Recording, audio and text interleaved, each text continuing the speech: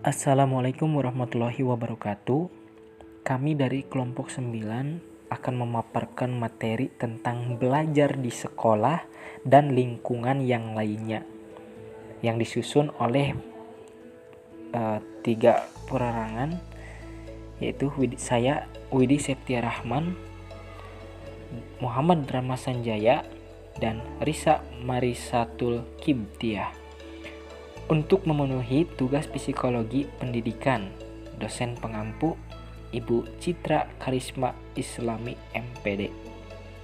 Yang saya akan bacakan terlebih dahulu adalah tentang pembahasan.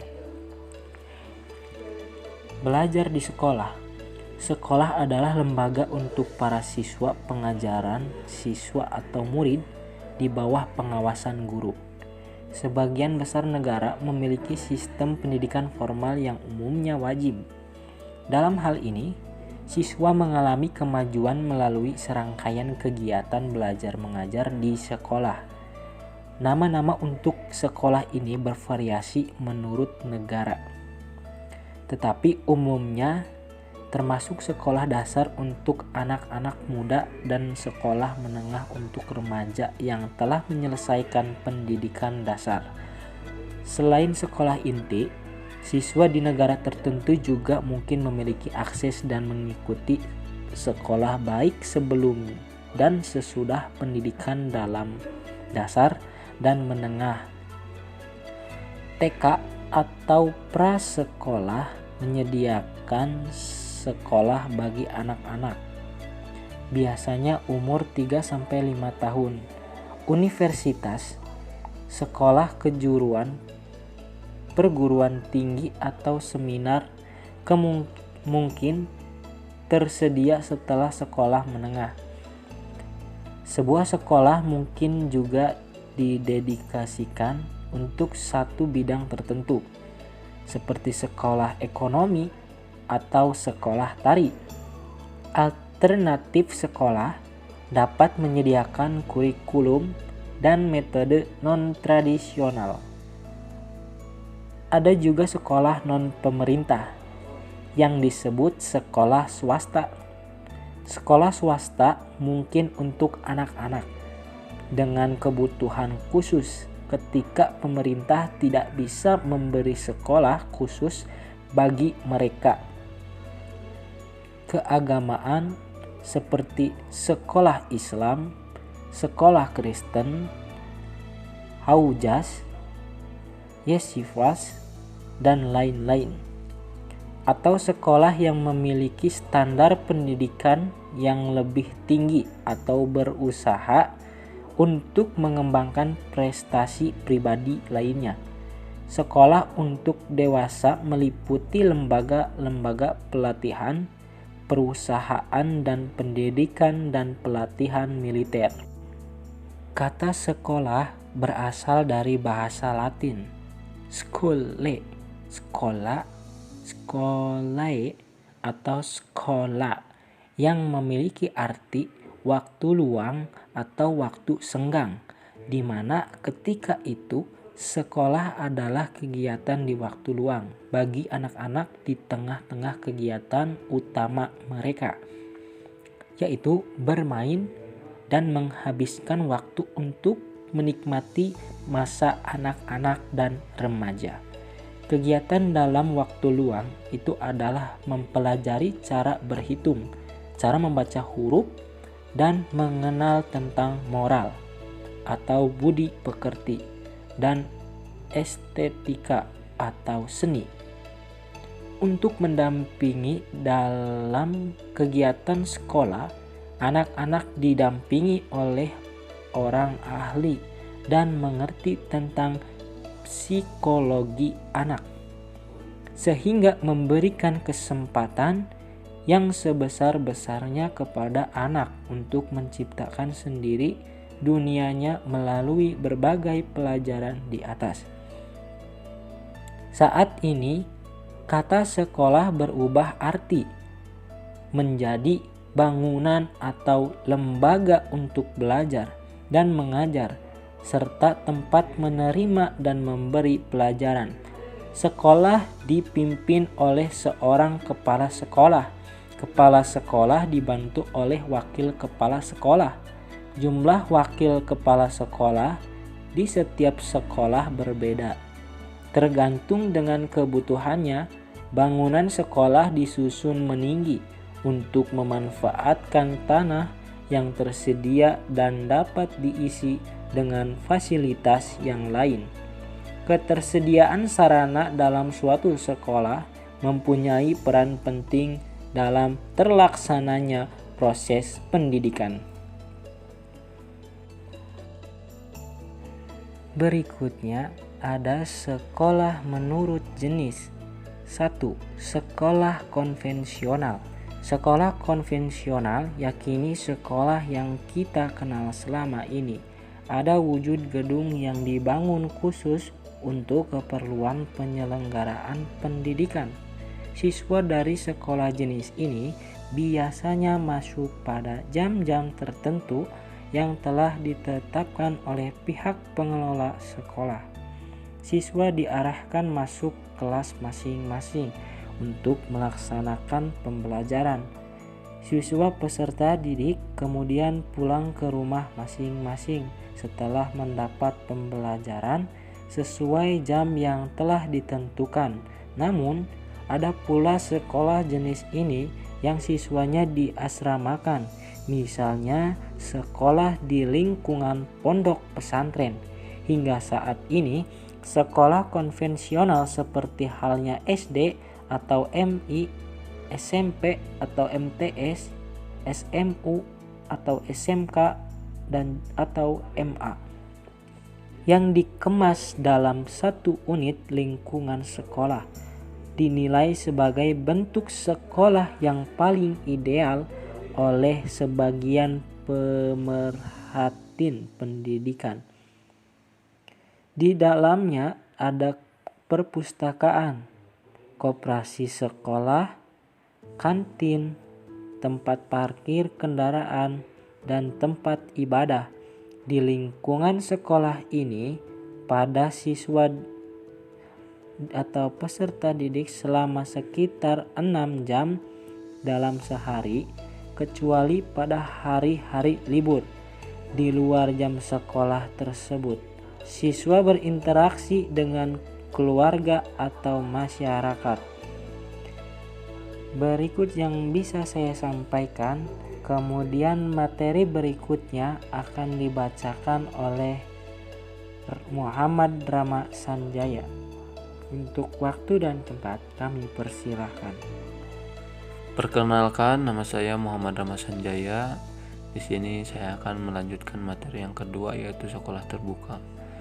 Sekolah terbuka adalah salah satu bentuk sekolah yang dikembangkan oleh pemerintah. Sekolah jenis ini biasanya berkantor di sekolah konvensional yang sudah ada sebelumnya.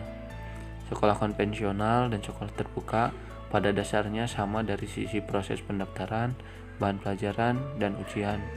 Perbedaan pokok antara sekolah konvensional dan sekolah terbuka adalah terutama dari sisi jumlah pertemuan antara tenaga pengajar atau guru dengan murid. Kalau pada sekolah konvensional, guru dan murid bertatap muka setiap hari, kecuali pada hari libur. Sedangkan pada sekolah terbuka, guru dan murid tidak bertatap muka setiap hari. Murid pada sekolah terbuka lebih mandiri dalam mempelajari bahan-bahan pelajaran. Lanjut yang ketiga, sekolah kejar paket. Kelompok belajar dari kejar dan kejar adalah jalur pendidikan non-formal yang difasilitasi oleh pemerintah untuk siswa yang belajarnya tidak melalui jalur sekolah, atau bagi siswa yang belajar di sekolah berbasis kurikulum non-pemerintah seperti Cambridge dan IB International Baccalaureate. Kegiatan belajar fleksibel, maksudnya tidak belajar seminggu penuh, hanya dengan pertemuan 3 kali dalam seminggu. Kegiatan belajar dibagi 2 kelompok usia, yaitu usia dewasa, artinya di luar usia belajar formal, dan usia belajar usia dewasa mengikuti jenjang belajar selama 4 semester 2 tahun. Sedangkan yang masih usia belajar mengikuti kegiatan belajar selama 6 semester atau 3 tahun. Warga belajar yang lulus dari paket B untuk melanjutkan ke paket C dengan rata-rata nilai 7,0 dapat mengikuti KBM 4 semester. tetapi masuk pada kategori usia dewasa, sedangkan yang masih usia belajar tetap mengikuti 6 semester. Sekolah kejar paket dibagi menjadi sekolah kejar paket A setara dengan SD, kejar paket B setara tingkat SLTP, dan kejar paket C setara SMU atau SMK atau MA, sebagaimana siswa atau pelajar dari sekolah pada umumnya. Peserta kejar paket A, paket B maupun paket C dapat mengikuti ujian kesetaraan. Ujian kesetaraan diselenggarakan 2 kali dalam setahun, yaitu bulan Juli dan Oktober. Setiap peserta yang lulus berhak memiliki sertifikat atau ijazah yang setara dengan pendidikan formalnya. Ijazah sekolah kejar paket A setara dengan ijazah SD. Ijazah kejar paket B setara ijazah tingkat SLTP, dan ijazah kejar paket C setara ijazah SMU, SMK atau MA. Yang keempat, sekolah rumah dan sekolah alternatif. Yang termasuk dalam sekolah jenis ini adalah lembaga-lembaga kursus atau lembaga-lembaga bimbingan belajar untuk bidang tertentu saja. Kursus adalah lembaga pelatihan yang termasuk ke dalam jenis pendidikan non-formal.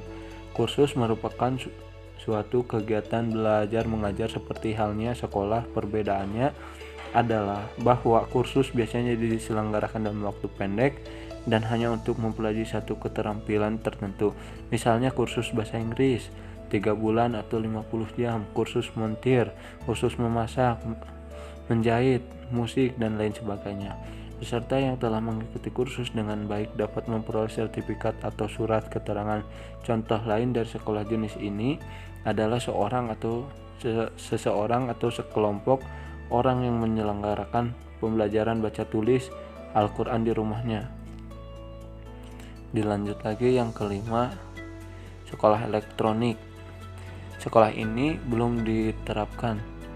Sekolah jenis ini belum diterapkan. Sekolah jenis ini bisa kita sebut sebagai sekolah berbasis teknologi internet atau SBTI. Dengan sekolah ini, siswa tidak perlu pergi ke sekolah setiap hari seperti halnya sekolah konvensional. Siswa melakukan proses pendaftaran sebagai siswa dan pembelajaran langsung melalui media internet. Sekolah menurut status, sekolah terbagi dari satu sekolah negeri, yaitu sekolah yang diselenggarakan oleh pemerintah mulai dari sekolah dasar, sekolah menengah pertama, sekolah menengah ke atas, dan perguruan tinggi. Dan yang kedua, sekolah swasta, yaitu sekolah yang diselenggarakan oleh non-pemerintah atau swasta, menyelenggarakan berupa badan berupa yayasan pendidikan yang sampai saat ini badan hukum penyelenggaraan pendidikan masih berupa rancangan peraturan pemerintah. Dilanjut lagi ada yang B, belajar dalam lingkup luas. Jenis lingkup luas belajar dibagi menjadi 3. Yang ke-1, lingkungan rumah. Lingkungan belajar di rumah mempunyai peran dalam kegiatan belajar anak di rumah. Orang tua memegang peran sangat penting bagi hasil belajar anaknya. Menurut Munandar, semakin tinggi tingkat pendidikan orang tua, maka semakin baik hasil belajar atau prestasi anak, termasuk juga sejauh mana keluarga mampu memfasilitasi anaknya. Yang kedua, lingkungan sekolah pengajar merupakan suatu proses membangun pengetahuan dan komunikasi. Pengetahuan menurut Ormond, untuk menciptakan peserta didik belajar maka perlu diciptakan lingkungan sekolah yang baik. Adapun lingkungan sekolah yang baik yaitu mampu mendorong anak untuk belajar serta untuk membangun prestasi dan pengetahuan anak. Yang ketiga, lingkungan masyarakat. Menurut Hasbullah, pendidikan yang dialami dalam masyarakat ini telah mulai ketika anak-anak untuk beberapa waktu setelah lepas dari asuhan keluarga dan berada di luar dari pendidikan sekolah. Dengan demikian, masyarakat dapat menjadi contoh untuk dilihat oleh anak-anak demi pendidikannya dengan artian yang sangat luas. Aspek-aspek lingkungan belajar. Yang ke-1 ada aspek fisik menurut Siregar dan Nara. Lingkungan fisik yang ada dalam proses dan sekitar proses pembelajaran memberikan hal positif terhadap proses belajar. Menurut Sharoni, lingkungan fisik adalah lingkungan yang memberikan peluang gerak dan segala aspek yang berhubungan dengan upaya penyelenggaraan pikiran bagi peserta didik setelah mengikuti proses pembelajaran. Seperti yang dikemukakan oleh Syah, lingkungan fisik yaitu diantaranya adalah gedung sekolah, ruang kelas, alat pembelajaran, keadaan belajar, dan waktu siswa belajar, serta media. Yang kedua, aspek non-fisik atau sosial. Menurut Saroni, lingkungan sosial berhubungan dengan pola interaksi antara personil yang ada di lingkungan sekolah secara umum, seperti dikaitkan oleh Syekh. Lingkungan sosial di sekolah adalah seluruh warga sekolah, baik itu guru, karyawan maupun teman-teman sekelas, dan semua dapat berkaitan dengan semangat belajar siswa. Menurut Nasution, hasil belajar adalah suatu perubahan yang terjadi pada individu yang belajar, bukan saja perubahan mengenai pengetahuan dan penghargaan dalam diri individu yang belajar. Sedangkan menurut Sujana, hasil belajar adalah proses pemberian nilai terhadap hasil belajar yang dicapai siswa dengan kriteria tertentu. Materi berikutnya akan dibacakan oleh Risa Marisatul Kibtiah. Waktu dan tempat kami persilahkan. Saya Risa Marisatul Kibtiah akan melanjutkan materi C. Bimbingan belajar. Rumitnya penanganan wabah ini membuat para pemimpin dunia menerapkan kebijakan yang sangat ketat untuk memutus mata rantai penyebaran COVID-19. Social distancing menjadi pilihan berat bagi setiap negara dalam menerapkan kebijakan. Untuk pencegahan penyebaran COVID-19, kebijakan social distancing berakibat fatal terhadap roda kehidupan manusia. Tak terkecuali bidang pendidikan ikut juga terdampak kebijakan ini. Keputusan pemerintah yang mendadak dengan meliburkan atau memindahkan proses pembelajaran dari sekolah atau madrasah menjadi di rumah membuat banyak harus beradaptasi pihak termasuk pendidik atau guru. Peralihan cara belajar ini memaksa berbagai pihak untuk mengikuti alur yang sekiranya bisa ditempuh dengan pembelajaran langsung, sehingga berubah menjadi pembelajaran daring dengan memanfaatkan penggunaan teknologi dan pembelajaran luring dengan pemberian tugas. Metode pembelajaran daring ini sebenarnya bukan hal baru, sebab di beberapa negara, terutama di negara maju, kegiatan ini sudah terbiasa. Proses pembelajaran di perguruan tinggi apalagi tidak hanya di luar negeri, namun di Indonesia juga sudah terbiasa dilaksanakan, atau sekolah yang sudah berstandar internasional. Namun untuk pembelajaran tingkat satuan pendidikan dasar dan menengah belum begitu populer, sehingga diperlukan persiapan yang sungguh-sungguh agar bisa berjalan dengan baik, dan guru harus menemukan cara yang menyenangkan dalam pembelajaran di masa pandemi corona ini, dengan cara memberikan bahan ajar yang menarik untuk siswa, sehingga siswa tidak merasakan kebosanan dan kejenuhan. Adapun beberapa cara pembelajaran daring yang menyenangkan yang bisa dilaksanakan oleh guru di masa pandemi ini adalah sebagai berikut. 1. Membuat game yang menarik di dalam bahan ajar yang sesuai dengan materi. 2. Membuat video yang menarik atau membuat video kita sendiri dalam mengajar sehingga siswa merasakan sekolah seolah-olah ada kita mengajar tatap muka. 3. Menggunakan media gambar yang menarik sehingga siswa tidak bosan dan dalam mengerjakan tugas. 4. Memberikan bahan ajar dengan cara menonton film yang sesuai dengan materi pembelajaran. Sedangkan cara pembelajaran luring yang menyenangkan untuk siswa di masa pandemi corona adalah sebagai berikut. 1. Memberikan bahan ajar yang menggunakan gambar yang menarik untuk siswa yang sesuai dengan bahan ajar. 2. Memberikan tugas yang tidak terlalu banyak sehingga menimbulkan kebosanan. 3. Memberikan tugas dengan memberikan game atau teka-teki silang yang sesuai dengan bahan ajar. Pembelajaran dengan menggunakan teknologi di zaman sekarang memang tidak dapat dipisahkan dari kehidupan kita. Kemajuan teknologi memang memiliki pengaruh negatif dan positif, tetapi kita tidak bisa menghindari teknologi apalagi di masa pandemi corona. Dengan adanya pandemi corona ini membuat kita berpikir bagaimana proses pembelajaran berlangsung dengan metode yang bisa menyenangkan siswa tanpa ada tatap muka. Ada beberapa faktor yang dapat mempengaruhi hasil belajar siswa, yaitu terdiri dari 1. Faktor internal. Faktor internal adalah faktor yang ada dalam diri individu yang sedang belajar. Adapun faktor internal yang mempengaruhi hasil adalah A. Faktor jasmania. Proses belajar seorang siswa akan terganggu jika kesehatan siswa tersebut terganggu. Selain itu, juga ia akan cepat lelah, kurang bersemangat, mudah pusing, dan ngantuk jika badannya lemah, kurang darah, ataupun ada kelainan fungsi alat inderanya serta tubuhnya. Dengan demikian, apabila siswa cacat tubuh, hal ini akan mempengaruhi hasil belajar. Siswa yang cacat, belajarnya akan terganggu. Jika hal ini terjadi, hendaknya siswa tersebut belajar pada lembaga pendidikan khusus atau diusahakan dengan memberi alat bantu agar dia dapat menghindari atau mengurangi kecacatannya. B. Faktor psikologis. Sekurang-kurangnya ada 7 faktor yang tergolong ke dalam faktor psikologis yang mempengaruhi belajar. Faktor-faktor itu adalah inteligensi, perhatian, minat, bakat, motif, kematangan, dan kelelahan. C. Faktor kelelahan. Kelelahan pada seseorang walaupun sulit untuk dipisahkan, tetapi dapat dibedakan menjadi 2 macam, yaitu kelelahan jasmani dan kelelahan rohani. Kelelahan jasmani terlihat dengan lemah lungainya tubuh dan timbul kecenderungan untuk membaringkan tubuh.